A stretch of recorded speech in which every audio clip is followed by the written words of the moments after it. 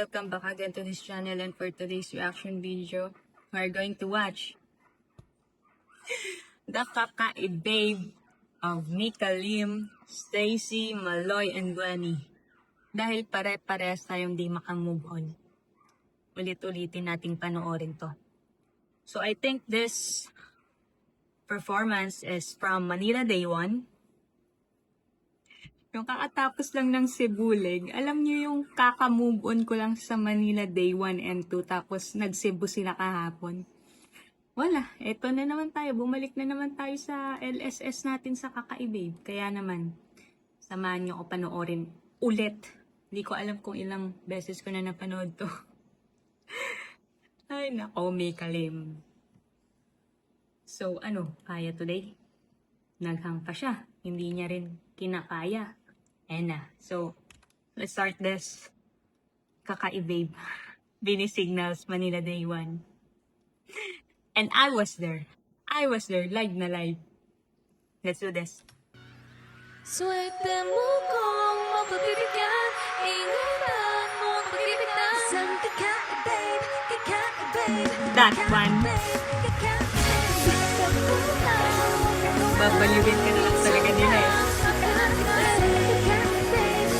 Tapos pinagsama talaga yung Mick Gwen. Ay! And rapper Maloy, nilabas. Let's go!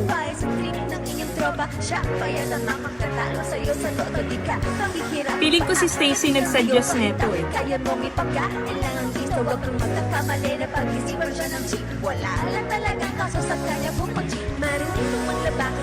Our princess. Eh, ito yung mga vibes niya eh. At siya talaga nagsuggest neto na i-perform nila. Wala decision.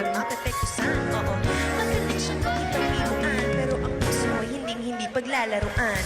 Swerte mo kung mapagpibigyan, ingatan mo ang pag-ibig na isang Kaka-I-Babe, Kaka-I-Babe. Sobrang LSS ako after ng Day 1. Sobrang ganda ni Safi. Ay! Noisy! Ang noisy nyo! Pumaba pero swabe ang dating sa lahat yan ng bagay hanggang gabi ang galing. Chick na mainhin Manghihina na lang talaga pero sa tulad basketball na kay Mika Lim. mapagbigyan. Di na niya Angas! kailangan iyuma para puso mo ay kanyang makuha. Di rin siya yung tipo na babae na padrip lang. Kung manloloko ka, mag-isip ka please lang. Ganda niya sa bag para mapagkanta ka ng Ang angas din ni Gwen dyan. Okay na yun ba? Siguro kulang ka sa galing mo kung saan ganda yung tapat ka. Namadali siya pa rin. Sobrang swerte ng VIP. Nakaiba ka ng taba sa mga sulit mo. Kundi hindi siya nararapat sa buhay mo. Yung nandyan sila, bumaba sila, lang.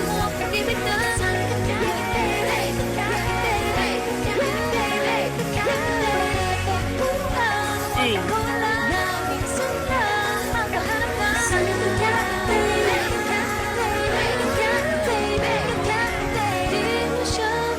Tapos katabi mo pa isang Mika Lim.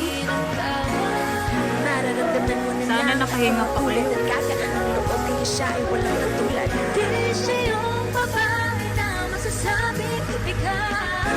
Dahil mismo ang ugali at gagdas ng kapitao, ang buwan ng mga tao ay higit sa pisikal.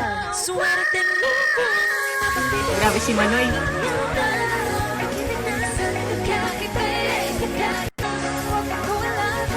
Putol. What happened? And then si Tita Coria. Ang swerte ng phone na yan.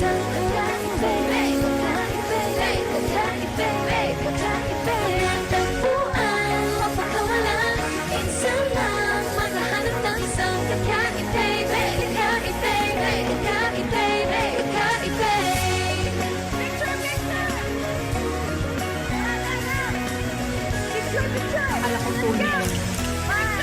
Dinala niya.